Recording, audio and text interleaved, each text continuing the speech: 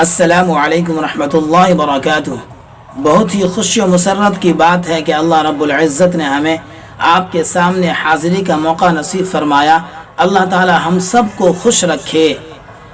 انسان کی زبان انسان کے لیے دنیا و آخرت میں کامیابی کا زینہ ہے۔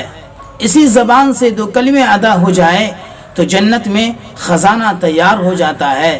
اسی زبان سے دو کلمے نکل جائے تو پھر جنت میں باغ تیار ہو جاتا ہے۔ اسی زبان سے دو کلمے جاری ہو جائے تو تمام گناہوں کی معافی کا ذریعہ بن جاتا ہے اور میزان عدل میں تمام گناہوں پر بھاری پڑ جاتا ہے۔ ایک مرتبہ کا واقعہ ہے، بخاری شریف میں حضرت ابو موسیٰ اشعری رضی اللہ عنہ سے ایک روایت مروی ہے۔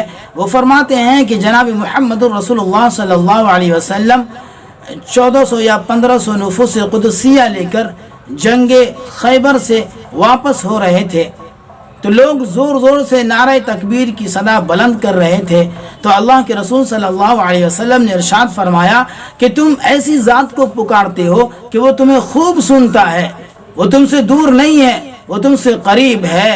ابو موسیٰ اشعری رضی اللہ تعالیٰ عنہ فرماتے ہیں کہ میں لا حول ولا قوة الا باللہ پڑھ رہا تھا تو اللہ کے نبی صلی اللہ علیہ وسلم مجھ سے قریب ہوئے اور فرمایا کہ یہ بہت ہی اچھے کلمات ہیں،